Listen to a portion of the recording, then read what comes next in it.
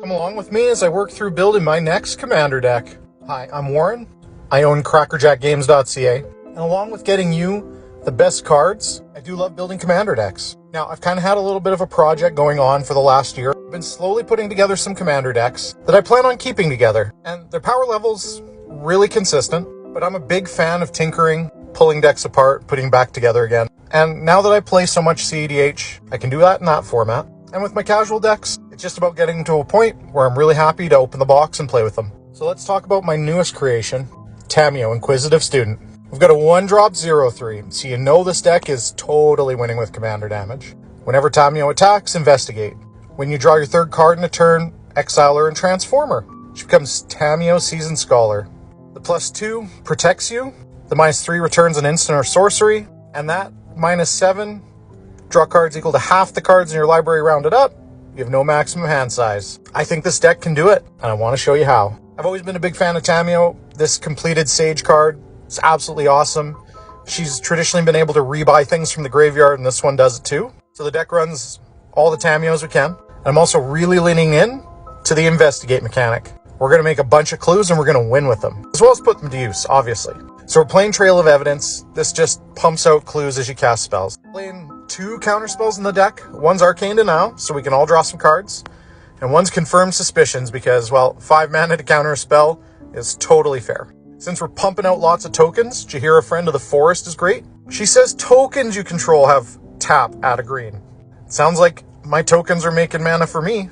Now I'm going to play a couple of really obnoxious cards in the deck too, because it's Commander and we can. The first one is Standstill. And this used to be part of the legacy deck called Standstill. It was a control deck. And once we got Shark Typhoon, it became Sharkstill. So when a player casts a spell, you sacrifice Standstill. If you do, each of that player's opponents draws 3 cards. So I imagine this getting to a point in a game where I play this, and I look at everybody, and I start attacking with Tamiyo and making clues. And at some point, someone's going to have to deal with Tamiyo. Or she's going to ultimate, I'm going to draw all the cards. And when they do, they're going to cost themselves 9 cards to their opponents. But also, if someone breaks this early, I'm going to get to flip Tamiyo super early on in the game. Now, because I fully intend on drawing half my deck, I think Dream Halls is a great card to include. And the way Dream Halls works is, you get to discard a card that shares a color with the card you're casting instead of paying its mana cost. I really think this is the deck for it. Now, inevitably, we're going to have a few Tamiyos, maybe a Jace the Mind Sculptor, and some other counters out there. So we're going to play Inexorable Tide, because we all know Planeswalkers that ultimate are pretty powerful. And again, I want to protect Tamiyo as much as I can. So I'm playing Junk Widener. It's a 2-mana 5/6. And whenever a token enters the battlefield under your control, ice something. Kind of obnoxious, but still really good. And finally, we need to win the game. So I got 4 big win cons in the deck. The first one's 20-Toed Toad.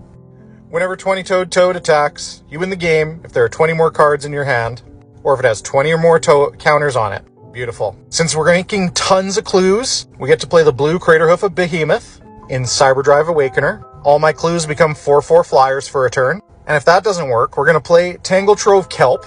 Beginning of each combat, other clues you control are 6/6 plant creature tokens. And if that doesn't work, we've got 1 more in the holster, Rise and Shine.